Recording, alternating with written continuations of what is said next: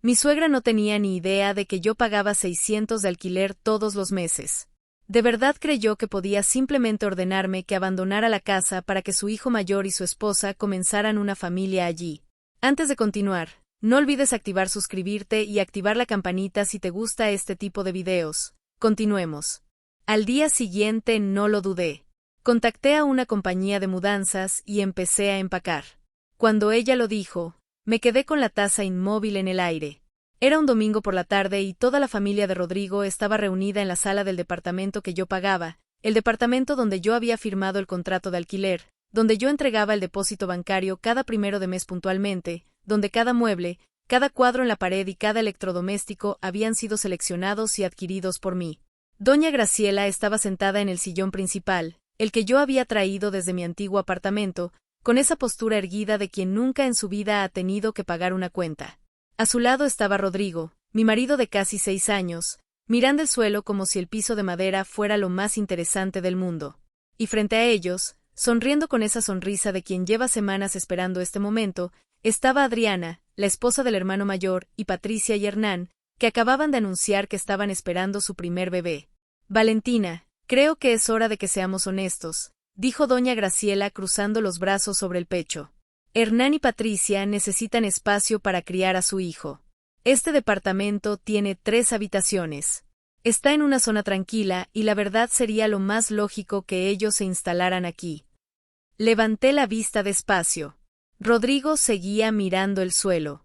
Lo más lógico, repetí con la voz completamente neutra. Tú eres joven, Valentina. Puedes encontrar algo más pequeño, más acorde con tus necesidades. Hizo una pausa para dar efecto.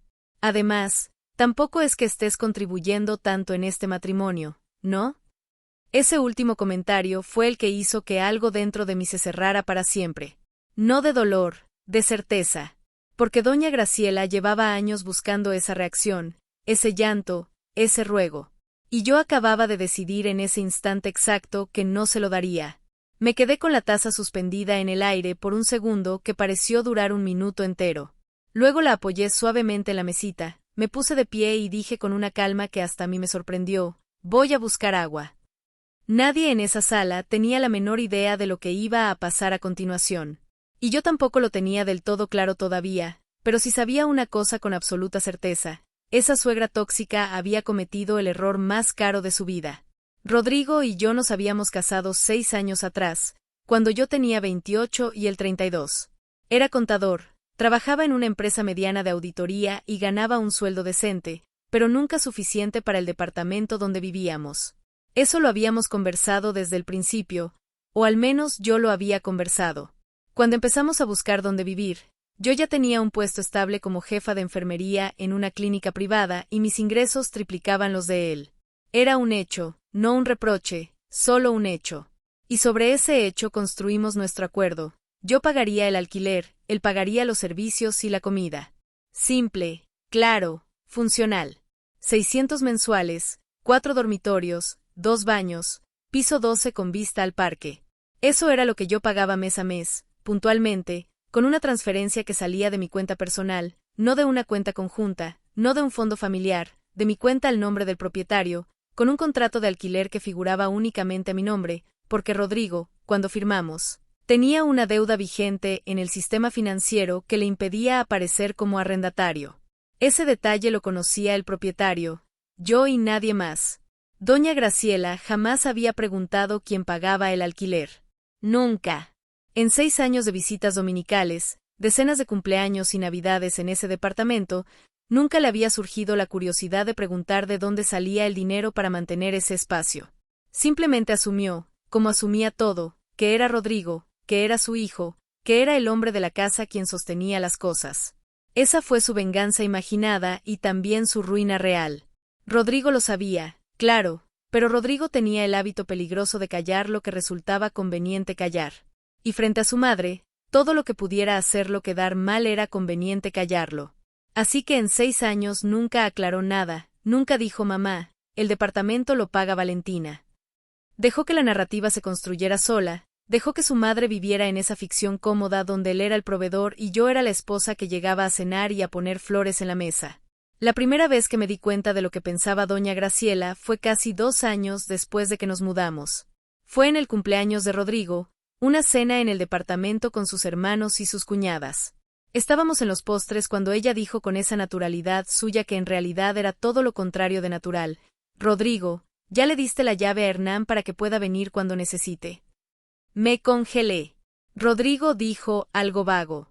Yo cambié el tema, pero lo registré. Lo registré con esa parte de la mente que no olvida. Después vinieron otras señales.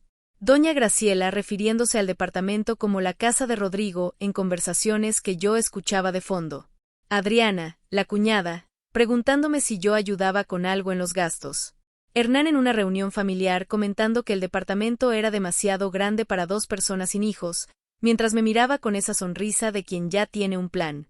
Yo callaba, guardaba, construía una carpeta mental que iba engordando con cada comentario, con cada sobreentendido, con cada vez que nadie en esa familia dijo la verdad en voz alta. Y Rodrigo, que me miraba desde el otro lado de la mesa y sonreía con esa sonrisa suya que yo antes leía como complicidad y que a esa altura ya reconocía perfectamente como cobardía, nunca me defendió, nunca corrigió a su madre, nunca dijo frente a ellos lo que sabía perfectamente bien. Y eso con el tiempo se fue acumulando en ese mismo lugar donde se acumula la rabia fría, la que no explota, la que planea. Cuando doña Graciela dijo lo que dijo ese domingo por la tarde, yo ya llevaba semanas procesando información, no porque lo hubiera anticipado de esa forma exacta, sino porque llevaba meses con la sensación de que algo estaba por suceder. Hernán y Patricia habían anunciado el embarazo 2 semanas antes y en cuanto lo supieron, las visitas dominicales de doña Graciela empezaron a incluir comentarios sobre espacios para crecer, sobre lo importante que es la familia, sobre cómo hay que reorganizarse cuando llegan los niños. Yo escuchaba, no decía nada, pero empecé a revisar mi contrato de alquiler, empecé a guardar los comprobantes de pago, empecé a hablar con mi prima Leticia, que es la única persona en el mundo que sabe todo sobre mí y que desde siempre me dijo que la justicia divina existe, pero a veces necesita un poco de ayuda. Cuando volví con el vaso de agua esa tarde, todos me miraron como si esperaran que me hubiera quebrado en el baño. Doña Graciela tenía esa expresión de victoria anticipada que conozco de memoria. Adriana examinaba sus uñas. Hernán estaba hablando de los metros cuadrados de los cuartos y Rodrigo seguía mirando el suelo. Me senté, bebí el agua despacio y dije con una voz tan tranquila que hasta hizo que Rodrigo levantara los ojos: Está bien. Mañana llamo a la empresa de mudanzas. El silencio que siguió duró exactamente 4 segundos. Y en esos 4 segundos algo cambió en la habitación. Doña Graciela sonrió. Una sonrisa pequeña, controlada, pero ahí estaba. La sonrisa de quien cree que ganó. Lo que no sabía es que yo ya había ganado hacía semanas. Solo estaba esperando el momento de mostrar las cartas. Esa noche, mientras Rodrigo dormía, abrí el cajón de mi mesa de noche. El contrato de alquiler estaba ahí, dentro de una carpeta azul, junto con 18 meses de comprobantes de transferencia. Todo a mi nombre, todo firmado, todo irrefutable.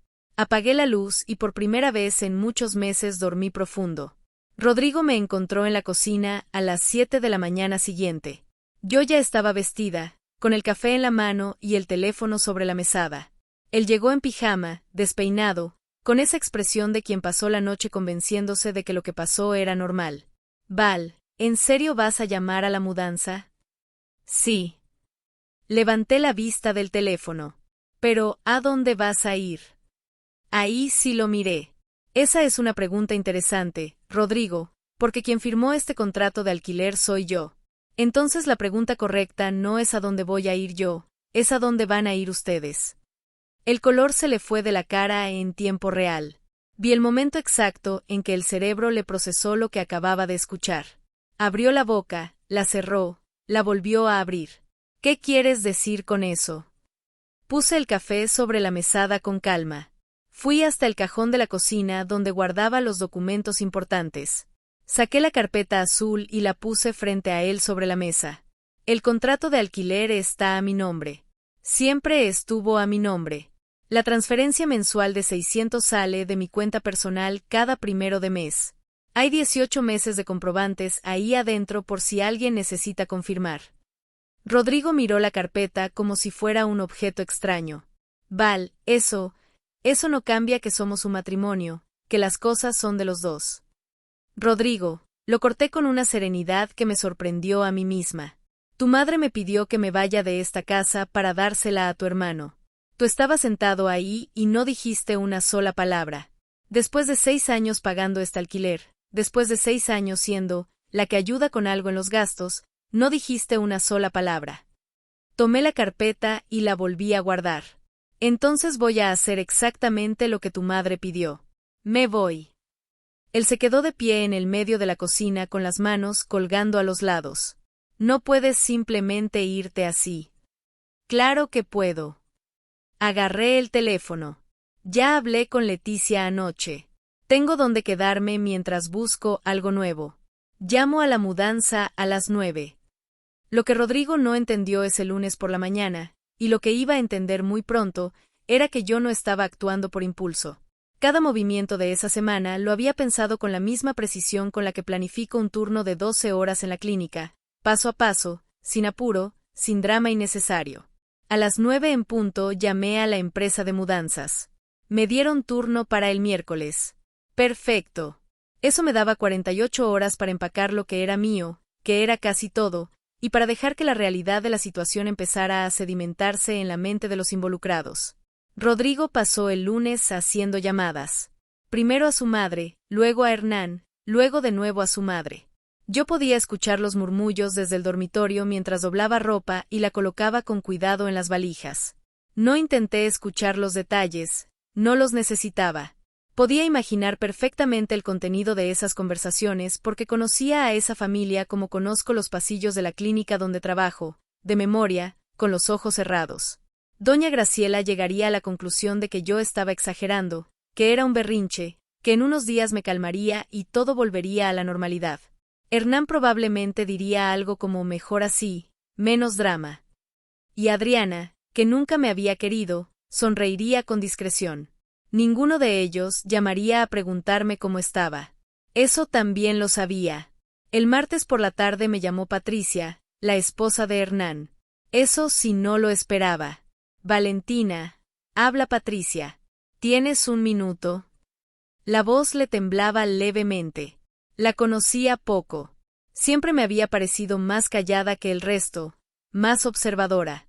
No era de las que hablaban fuerte en las reuniones familiares. Claro, dije, y me senté en el borde de la cama. Mira, yo no sabía lo del alquiler. Quiero que lo sepas. Hernán no me dijo nada de lo que su madre estaba planeando hasta hace 3 días, y cuando me lo dijo le dije que no estaba de acuerdo. Hizo una pausa corta. No quería que pienses que yo fui parte de esto. La escuché en silencio. Te creo, Patricia. Es que cuando doña Graciela lo planteó como si fuera algo que ya tenías decidido, como si tú misma quisieras irte. Y Hernán lo aceptó así, sin preguntar. Otro silencio. No me parece bien lo que pasó. No lo es, dije sin suavizarlo. Pero ya tomé mi decisión. El miércoles se llevan mis cosas. Hubo una pausa larga. El departamento tiene contrato hasta fin de año, 8 meses más. El propietario va a llamar a Rodrigo la semana que viene para hablar de la renovación. Que lo arregle él. Patricia no dijo nada más. Creo que en ese momento empezó a entender la magnitud de lo que la familia de su marido había puesto en marcha sin pensar en las consecuencias. Le deseé buena suerte con sinceridad. Ella iba a necesitarla. El miércoles a las 8 de la mañana llegó el camión de mudanzas. Eran 3 hombres eficientes, rápidos, sin preguntas. Rodrigo estaba en casa. Se había tomado el día. Supuse que para intentar detenerme o para presenciar lo inevitable, nunca supe bien cuál de las dos cosas. Estuvo parado en el pasillo mientras los hombres sacaban los muebles uno por uno, con esa expresión de quien ve un edificio derrumbarse en cámara lenta y no puede hacer nada. El sillón donde doña Graciela se había sentado el domingo, la mesa del comedor donde celebramos 6 cumpleaños, la cama, el espejo del dormitorio, la biblioteca que había armado yo pieza por pieza, el microondas que compré cuando el anterior se rompió, las macetas del balcón que yo regaba cada 2 días, todo fue saliendo. Lo que quedó en el departamento después de que el camión se fue era suficiente para entender lo que significaba esa palabra, vacío. Rodrigo se quedó parado en el living, con un colchón de una plaza que era suyo de antes y 2 cajas de cocina con lo poco que había comprado él en 6 años. Una sartén, un hervidor, 4 tazas. Me acerqué a él antes de irme. El contrato termina en noviembre. Habla con don Aurelio, el propietario, si quieres quedarte. Pero que sepas que sin mis ingresos, el alquiler de 600 mensuales va a ser difícil de sostener. Rodrigo me miró con los ojos húmedos. Val, por favor, podemos hablar, podemos arreglarlo. Sentí algo en el pecho. No exactamente lástima, más bien una especie de cansancio antiguo, ese que se acumula cuando llevas demasiado tiempo siendo la única adulta en una relación. No hay nada que arreglar, Rodrigo. Tu madre te pidió que eligieras y tú elegiste callarte. Eso fue todo. Tomé mi bolso del perchero, que también me llevé, y bajé en el ascensor sin mirar atrás. Leticia vivía a 20 minutos en auto, en un apartamento de 2 dormitorios en un barrio tranquilo. Hacía años que me decía que tenía una habitación libre cuando la necesitara. Nunca pensé que realmente la iba a necesitar, pero ahí estaba yo con 4 valijas y una caja de documentos tocando su puerta un miércoles al mediodía. Ella abrió con una expresión que no era lástima, sino algo mucho más parecido al orgullo. Tardaste demasiado, me dijo, y me abrazó. Esa primera semana en casa de Leticia fue la más rara de mi vida adulta. No porque fuera difícil, sino porque era sorprendentemente tranquila. Me despertaba sin la tensión de los domingos. Comía sin calcular si alguien en la mesa me estaba juzgando. Dormía sin escuchar conversaciones en voz baja que se cortaban cuando yo entraba a la habitación. Era una calma nueva, un poco desconcertante, como cuando sales de un lugar ruidoso y el silencio te aturde durante unos minutos antes de que lo empieces a disfrutar. Pero la tranquilidad no duró sin interrupciones. El jueves de esa misma semana, a las 7 de la tarde, recibí un mensaje de Rodrigo. Mamá quiere hablar contigo. Dice que hubo un malentendido. Lo leí 2 veces, luego lo dejé sin responder. El viernes llegó el llamado que sí me tomó por sorpresa. Era don Aurelio, el propietario del departamento. Lo conocía bien. Era un hombre mayor, directo, de los que van al punto sin rodeos. Valentina, lamento molestarte. Rodrigo me llamó para decirme que quiere renovar el contrato. Le expliqué que el contrato está a tu nombre y que para cualquier modificación necesito tu firma o tu autorización. Una pausa breve. Me dijo que no sabía eso. Cerré los ojos un segundo. Efectivamente, don Aurelio. El contrato es mío. No voy a renovar. Cuando venza en noviembre, el departamento queda libre. Silencio al otro lado de la línea. Entendido. Le comunico eso a él. Puede hacerlo, sí. Colgué. Y en ese momento, por primera vez desde el domingo en que todo comenzó, sentí que la venganza no era un plan que yo estaba ejecutando, era simplemente la realidad haciendo su trabajo. Lo que yo no podía imaginar todavía era que lo peor para ellos no había empezado, que doña Graciela, convencida de que el problema se solucionaba con una conversación, estaba a punto de hacer algo que iba a empeorar todo de manera definitiva, y que Rodrigo, quien siempre eligió el silencio cómodo, estaba a punto de descubrir lo que cuesta ese silencio cuando finalmente se rompe. Fue Leticia quien me lo contó el sábado por la mañana mientras tomábamos café en su cocina. Ella seguía a Adriana en redes sociales, no por afecto, sino por lo mismo que la gente pone la alarma del despertador 2 horas antes de tener que levantarse, por precaución. Mira esto, me dijo y me pasó el teléfono. Adriana había publicado una historia, una foto del departamento vacío con el texto. Lamentablemente, a veces las personas se van y te dejan con un desastre, pero la familia siempre se reagrupa. Miré la pantalla durante 5 segundos completos, luego le devolví el teléfono a Leticia. ¿Sabes lo mejor de todo esto? ¿Qué? Que no saben lo que viene. Leticia sonrió por encima de su taza. ¿Cuándo se los cuentas? Cuando sea el momento justo. Y ese momento estaba mucho más cerca de lo que cualquiera de ellos podía imaginar. Esa semana siguiente fue cuando doña Graciela decidió que lo más conveniente era llamarme directamente. No me lo esperaba. Un lunes a las 10 de la mañana, mientras revisaba historias clínicas en mi escritorio de la clínica, vi el número en la pantalla y lo dejé sonar 4 veces antes de atender. Valentina. Su voz era distinta, no la de los domingos. Esa voz de quien reparte sentencias desde el sillón principal era más contenida, más cuidadosa. La voz de quien está intentando controlar una situación que ya se le escapó de las manos. Necesitamos hablar. Dígame, doña Graciela. Lo que pasó el domingo. Creo que hubo un malentendido. Yo no quería decir que te fueras así de golpe, solo quería que conversáramos sobre las posibilidades. Una pausa corta. Rodrigo está muy angustiado. El departamento quedó prácticamente vacío. Eso no puede ser lo que quieres para tu matrimonio. La escuché hasta el final. Luego dije, doña Graciela, usted me pidió frente a toda su familia que desalojara el apartamento para dárselo a Hernán y Patricia. Yo hice exactamente eso. No hay malentendido. Pero yo no sabía. No sabía que era yo quien pagaba el alquiler. Completé por ella.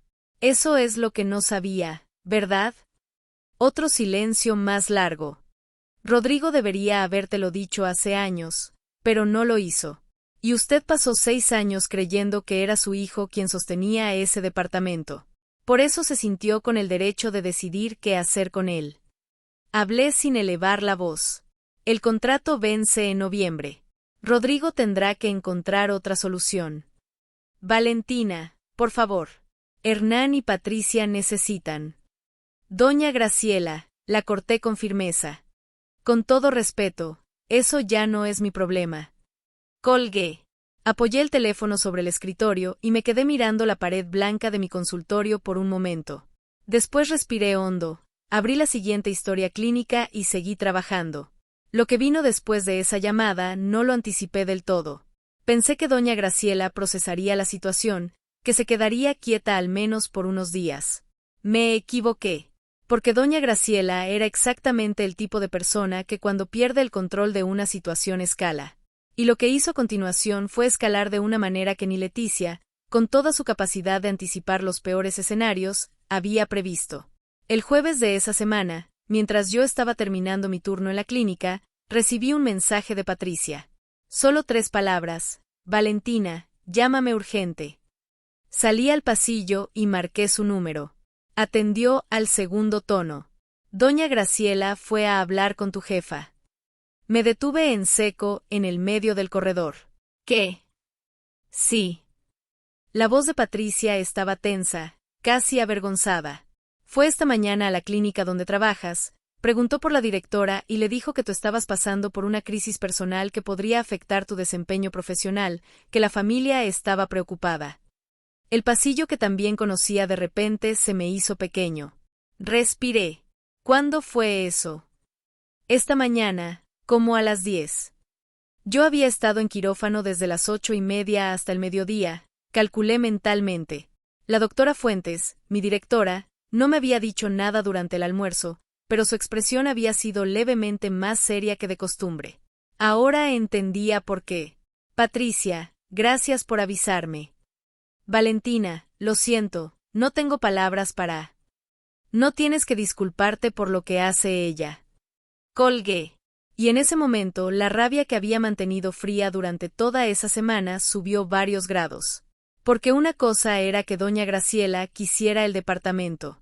Eso era una disputa familiar fea, sí, pero contenida. Esto era otra cosa. Esto era mi trabajo, mi reputación profesional, el lugar donde había construido 10 años de carrera con rigor y sacrificio. Y ella había ido ahí a sentarse frente a mi jefa a insinuar que yo era inestable. Eso fue el error que no tuvo retorno. Fui directamente al despacho de la doctora Fuentes. Toqué la puerta, ella levantó la vista y asintió. Me senté frente a ella y le dije sin preámbulo, doctora, creo que esta mañana recibió una visita relacionada conmigo. Ella apoyó los anteojos sobre el escritorio. Sí, una señora que dijo ser tu suegra. Me preocupó, Valentina, no tanto lo que dijo, sino el hecho de que alguien viniera hasta aquí a decirlo. Estoy atravesando una separación, dije. Fue una decisión mía, tomada con calma y con toda la documentación en orden.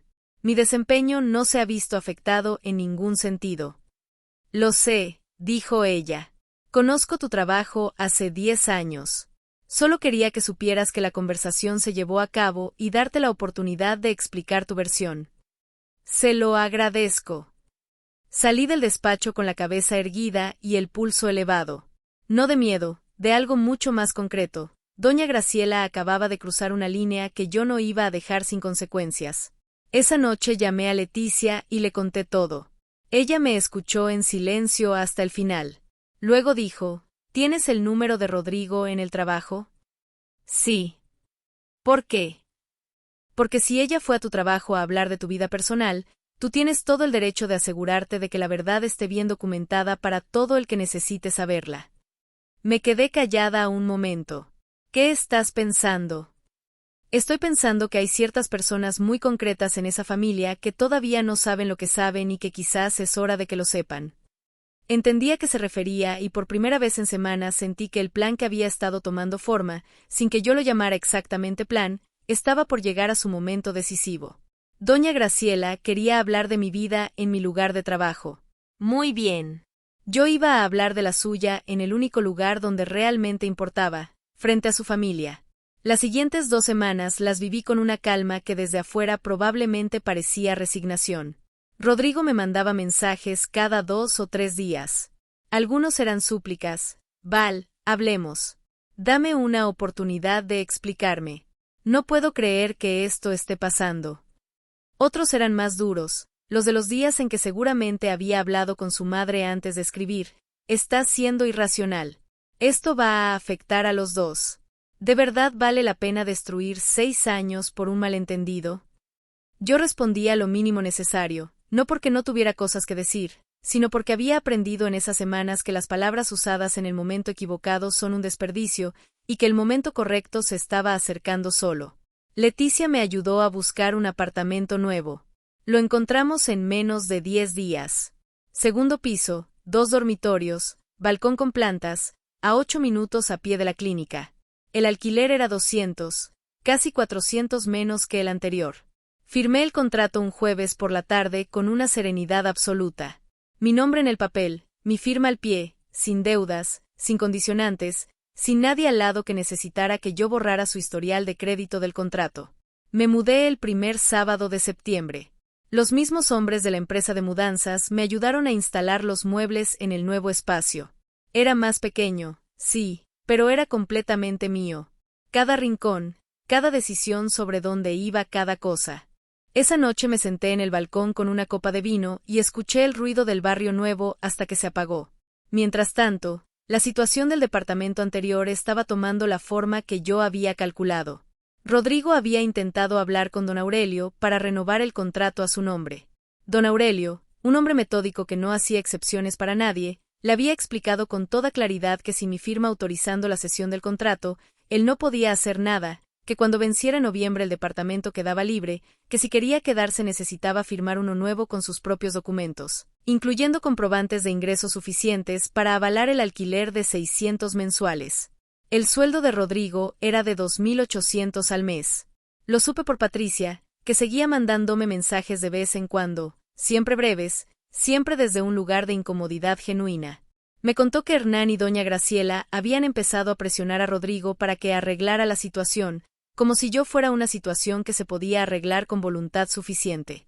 Que Hernán había propuesto mudarse al departamento de todas formas antes de que venciera el contrato, contando con que don Aurelio aceptaría el cambio de arrendatario sin problemas.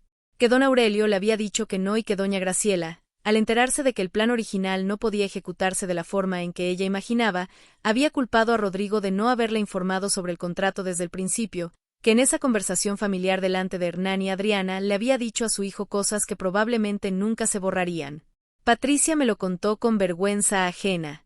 Fue horrible, Valentina. Le gritó que era un inútil, que nunca supo cómo manejar a su mujer, que si hubiera sido más hombre, nada de esto habría pasado. Escuché eso y no sentí satisfacción inmediata. Sentí algo más parecido a la confirmación de algo que ya sabía desde hacía tiempo. Doña Graciela no amaba a sus hijos, los usaba. Y cuando dejaban de serle útiles, los descartaba con la misma eficiencia con que había intentado descartarme a mí. Fue en esa conversación con Patricia cuando decidí que era el momento. No para gritar, no para humillar, sino para cerrar el círculo de una manera que no dejara dudas. Le pregunté a Patricia si había una reunión familiar planificada próximamente. Ella dudó un segundo. El cumpleaños de doña Graciela es en 3 semanas. El 18 de octubre. Rodrigo ya confirmó que va. ¿Dónde? En casa de Hernán. ¿Vas a ir tú? Otra pausa. Supongo que sí. No tengo muchas opciones. Patricia, ¿puedo pedirte algo? Dime. Cuando estén todos reunidos, quiero que le muestres algo a Hernán. Solo a él, antes de la cena. Una foto de los comprobantes de transferencia de los 72 meses de alquiler que pagué yo. No necesitas decir nada, solo mostrársela. Silencio largo. ¿Para qué? Para que cuando su madre diga algo esa noche, él ya sepa la verdad completa. Y para que sepa que yo sé que él sabe. Patricia tardó casi 1 minuto en responder. Cuando lo hizo, dijo, «Está bien». Los días antes del cumpleaños de doña Graciela pasaron con una lentitud particular. Yo seguía mi rutina en la clínica con la misma precisión de siempre. Llegaba temprano, trabajaba con concentración, salía a tiempo. Mis colegas notaron que estaba más tranquila que en meses anteriores, aunque ninguno sabía exactamente por qué. La doctora Fuentes no volvió a mencionar la visita de doña Graciela. Creo que prefería actuar como si no hubiera ocurrido. Yo tampoco la traje a colación. Leticia, en cambio, seguía cada movimiento de la situación con la atención de alguien que ve el final de una película acercarse y sabe exactamente en qué momento va a ocurrir el giro definitivo. El viernes antes del cumpleaños me llamó. ¿Estás segura de que quieres hacer esto en su cumpleaños? No voy a hacer nada en su cumpleaños, le aclaré. Solo voy a asegurarme de que la información correcta esté disponible para quien la necesita. Lo que pase después no depende de mí. Leticia soltó una carcajada corta. Valentina, lleva semanas diciéndome que no tienes un plan. No tengo un plan, repetí. Tengo documentación. El 18 de octubre llegó un martes. Yo no fui al cumpleaños de doña Graciela. No tenía ninguna razón para ir y ninguna intención de generar un escándalo público. Lo que hice ese día fue muy simple. A las 6 de la tarde, 1 hora antes de que comenzara la cena, le envié a Rodrigo un mensaje, un solo mensaje, sin preámbulo, sin emociones. Rodrigo, adjunto un resumen de los pagos de alquiler de los últimos 6 años, 72 meses, 600 mensuales. Total acumulado, 43,200 pesos. Todo pagado desde mi cuenta personal. Por si lo necesitas para tus registros. Y adjunté el PDF que había preparado con los comprobantes ordenados cronológicamente, prolijo, claro, irrefutable. 3 minutos después, el teléfono de Rodrigo empezó a sonar. Puedo imaginar la escena porque Patricia me la describió 2 días después con esa mezcla de horror y alivio de quien finalmente puede decir la verdad en voz alta. Rodrigo estaba en casa de Hernán, sentado a la mesa del comedor. Cuando llegó el mensaje, lo leyó, se puso blanco. Lo vio Adriana primero porque estaba sentada a su lado y le echó un vistazo a la pantalla. Adriana se lo mostró a Hernán. Hernán, que ya había visto los comprobantes que Patricia le había mostrado antes de la cena, no dijo nada. Solo miró a su madre. Y doña Graciela, que había estado presidiendo su propia mesa de cumpleaños con la satisfacción de quien cree que todo está resuelto, notó el silencio repentino y preguntó, ¿qué pasa? Hernán le pasó el teléfono de Rodrigo sin decir una palabra. Ella leyó y siguió leyendo. Lo que siguió, según Patricia, no fue un grito, no fue un llanto. Fue algo peor, un silencio largo, pesado. El silencio de alguien que acaba de entender que el edificio que creía haber construido nunca fue suyo, que los cimientos pertenecían a otra persona, que todo lo que había planeado, todo lo que había decidido, todo lo que había ejecutado con tanta seguridad, estaba construido sobre una premisa completamente falsa. ¿Lo sabías? Le preguntó finalmente a Rodrigo con una voz que Patricia describió como casi sin volumen. Rodrigo asintió. No pudo decir nada más. Lo que vino después fue la verdadera fractura, no entre Rodrigo y yo, sino dentro de esa familia que tanto había protegido su imagen. Porque Hernán, que durante años había sido el favorito visible, el hijo con quien doña Graciela siempre comparaba a Rodrigo, miró a su madre y le dijo algo que nadie esperaba. Mamá. Valentina pagó este departamento durante 6 años y tú la echaste para dárselo a nosotros sin preguntarle nada. Una pausa. Y yo lo permití.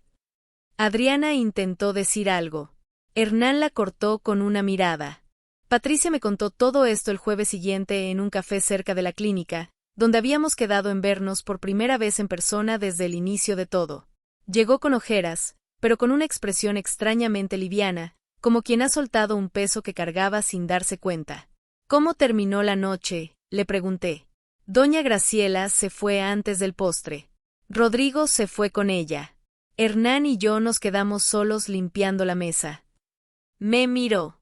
Hernán no habló en todo el trayecto de vuelta a casa. Esa noche me dijo que se sentía avergonzado, que debería haber preguntado antes de asumir cosas. ¿Y tú? Ella sonrió, pero era una sonrisa cansada. Yo le dije que a veces la vergüenza es lo único que nos hace crecer. Nos quedamos en silencio un momento. Afuera llovía con suavidad. ¿Cómo estás tú, Valentina? Pensé en la pregunta. En el departamento nuevo, en el café que me hacía sola cada mañana, en el balcón con las macetas que había vuelto a comprar, en los turnos en la clínica que transcurrían sin la presión constante de volver a un lugar donde no era bienvenida. Bien, dije. Y era verdad. Estoy bien. Lo que siguió en las semanas posteriores fue el tipo de derrumbe silencioso que no aparece en ninguna película porque no tiene banda sonora. Rodrigo no renovó el contrato del departamento, no podía permitírselo. En noviembre, cuando venció el plazo, se mudó a una habitación en casa de su madre. 41 años, contador, viviendo en el cuarto de su infancia, porque el plan de su madre había colapsado sobre él como un techo mal construido. Hernán y Patricia buscaron un apartamento más pequeño en un barrio más alejado. Nada que ver con lo que doña Graciela había imaginado para ellos. Patricia me mandó un mensaje cuando se mudaron. 3 dormitorios. Segundo piso. Paga Hernán. Solo eso. Con un punto final que era casi una firma. Adriana dejó de publicar historias sobre la familia que siempre se reagrupa. Lo supe porque Leticia me lo señaló una mañana con cierta satisfacción. Silencio absoluto desde hace 3 semanas. Y doña Graciela, que durante 6 años había sido el centro de gravedad de todas esas decisiones, quedó en una casa más grande de lo necesario con un hijo viviendo en el cuarto de al lado y una reputación familiar que ya no brillaba de la misma manera. Las amigas de la iglesia a las que les había contado que el departamento de Rodrigo era un piso 12 con vista al parque empezaron a hacerle preguntas que ella no podía responder con comodidad. Doña Graciela nunca volvió a llamarme. Yo nunca volví a llamarla. Hay una versión de esta historia en la que yo me quedo triste, en la que lloro por los 6 años, por la mesa de comedor de los cumpleaños, por el hombre que eligió callar. Hubo noches en que eso pasó. No voy a mentir. Pero esas noches pasaron y no dejaron el tipo de marca que deja la injusticia cuando se queda sin respuesta. Porque la injusticia respondida se convierte en algo diferente, no exactamente en paz, no de inmediato, sino en algo más parecido a la claridad. A conocer exactamente qué vales y quién te ve y quién simplemente te usó como piso para pararse. 5 meses después de esa noche del domingo con la taza congelada en el aire, yo estaba sentada en mi balcón nuevo, con las macetas nuevas, con un café que nadie más había preparado, escuchando el barrio despertar. Y no pensaba en Rodrigo. No pensaba en doña Graciela. Pensaba en la jornada de la clínica que me esperaba, en una reunión con la doctora Fuentes sobre una nueva coordinación de turnos para la que me habían propuesto, y en el mensaje de Leticia de la noche anterior que decía que tenía un plan para el fin de semana. A veces la gente me pregunta si me arrepiento de algo, si debería haber hablado antes, reclamado antes, puesto los límites antes. Y mi respuesta siempre es la misma: hice cada cosa en el momento en que pude hacerla, y cuando llegó el momento de irme, me fui con todo lo que era mío. 43.200 de alquiler pagados, 72 recibos de transferencia en una carpeta azul, un contrato a mi nombre que ninguno de ellos tuvo la inteligencia de preguntar quién firmaba. Doña Graciela quería mi casa. Se quedó sin ella y sin la imagen que había construido durante décadas. Rodrigo quería el silencio cómodo. Le costó el único lugar donde tenía estabilidad real. Y yo, que según ellos no aportaba tanto en este matrimonio, salí del departamento con mis muebles, mi reputación intacta y mi cuenta bancaria exactamente donde la había dejado. La justicia divina no siempre llega del cielo. A veces llega en formato PDF, ordenada cronológicamente, con sello de transferencia y fecha exacta. Y a veces simplemente llega cuando decides soltar la taza, ponerte de pie y dejar que la realidad haga el trabajo que siempre estuvo esperando. Meses después, la vida había adquirido un ritmo nuevo y sereno. Mi apartamento de 2 dormitorios, aunque más pequeño, parecía mucho más grande que el anterior, simplemente porque cada centímetro de él era mío, sin sombras ni silencios incómodos. Las plantas del balcón crecían fuertes, regadas por mí todas las mañanas antes de salir hacia la clínica.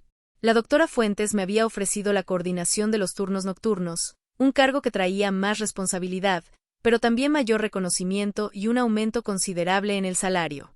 Lo acepté sin dudar. Por primera vez en años, mis decisiones las tomaba pensando solo en mí. Rodrigo todavía enviaba mensajes esporádicos. Algunos pedían perdón, otros intentaban culpar al cansancio o al estrés familiar. Yo los leía, pero rara vez contestaba. Cuando lo hacía era con frases cortas y directas: todo está resuelto. Cuídate. Él nunca volvió a mencionar el dinero del alquiler. Supongo que la humillación de haber sido expuesto frente a toda la familia todavía le dolía demasiado. Doña Graciela, por su parte, había desaparecido por completo de mi radar. Leticia me contaba de vez en cuando que las amigas de la iglesia comentaban en voz baja sobre la familia que se había desarmado de repente. Ella evitaba los encuentros dominicales que antes organizaba con tanto orgullo. Hernán y Patricia se habían mudado a un apartamento modesto en las afueras. Patricia me enviaba fotos de su barriga creciendo y mensajes simples: el bebé está bien. Estamos bien. Yo respondía con sinceridad. Les deseaba que fueran felices, lejos de las manipulaciones que casi nos destruyeron a todos. Una tarde de viernes, mientras terminaba mi turno, recibí una llamada inesperada. Era Patricia. Su voz sonaba diferente, más liviana, como si finalmente hubiera soltado algo pesado. Valentina, ¿tienes un minuto? Claro, respondí, sentándome en el banco del pasillo de la clínica. Quería contarte algo. Ayer nació el bebé. Es un niño. Se llama Mateo. Sonreí de verdad. Era la primera sonrisa genuina que me provocaba esa familia en mucho tiempo. Felicidades, Patricia. Me alegro mucho por ustedes. Hubo un breve silencio. Luego ella continuó: Hernán ha cambiado. Después de todo lo que pasó, empezó a ir a terapia. Dice que no quiere repetir los patrones de su madre. Yo también estoy yendo. Estamos intentando construir algo real, sin mentiras ni silencios. Me quedé callada un momento procesando sus palabras. Me alegra oír eso, dije con honestidad. Hay otra cosa, añadió con la voz un poco más baja. Doña Graciela quiso venir al hospital. Hernán le dijo que no. Le explicó que necesitaba espacio y que por ahora era mejor que no estuviera presente. Ella se enojó mucho. Dijo que la estábamos castigando injustamente, pero Hernán se mantuvo firme. Creo que por primera vez en su vida le puso un límite. Escuché sin interrumpir. Algo dentro de mí se acomodó como una pieza que finalmente encaja. Valentina, siguió Patricia. Quería agradecerte. Aunque suene extraño, lo que pasó nos obligó a todos a mirarnos de verdad. A mí me hizo darme cuenta de que no quería criar a mi hijo en ese ambiente, y a Hernán le mostró que callar tiene un precio muy alto. No tienes que agradecerme, respondí suavemente. Solo hice lo que tenía que hacer por mí. Lo sé, pero gracias de todos modos. Colgamos poco después. Me quedé unos minutos sentada en ese banco, mirando por la ventana del pasillo. Afuera caía una lluvia fina. Por primera vez no sentí rabia ni tristeza al pensar en esa familia. Solo sentí cierre. Esa noche, al llegar a mi apartamento, preparé una cena simple, puse música suave y me senté en el balcón con una copa de vino. Leticia me escribió preguntando cómo estaba. Le respondí con una foto del atardecer desde mi balcón y solo 2 palabras: estoy bien. Y era verdad. 6 meses más tarde recibí un último mensaje de Rodrigo. No era largo. Decía simplemente: Valentina, quiero que sepas que estoy en terapia también. Me di cuenta de muchas cosas tarde. Te pido perdón por no haberte defendido nunca. Espero que seas muy feliz. Te lo mereces. Lo leí 2 veces. Luego, sin contestar, archivé el mensaje y borré la conversación. No sentía rencor, tampoco nostalgia, solo una profunda paz. Doña Graciela nunca volvió a contactarme. Supe por Leticia que vivía sola en su casa grande, con menos visitas y más silencios de los que imaginaba. A veces la imaginaba sentada en su sillón favorito, mirando el vacío, preguntándose cómo todo lo que creía controlar se le había escapado de las manos. Pero ya no era mi problema. Mi vida seguía adelante. Había sido promovida en la clínica. Mis turnos eran exigentes, pero gratificantes. Los fines de semana salía a caminar por el parque cercano, leía libros que había postergado durante años y poco a poco empecé a salir con alguien nuevo, un médico de otra ala de la clínica, tranquilo, respetuoso y que nunca esperaba que yo cargara sola con todo. Un año después de aquel domingo en que sostuve la taza congelada en el aire, me encontraba sentada en el mismo balcón, con las mismas plantas, ahora más grandes y fuertes. El café estaba caliente entre mis manos. El sol entraba suave por la ventana. Miré hacia el horizonte y sonreí. No había ganado una guerra.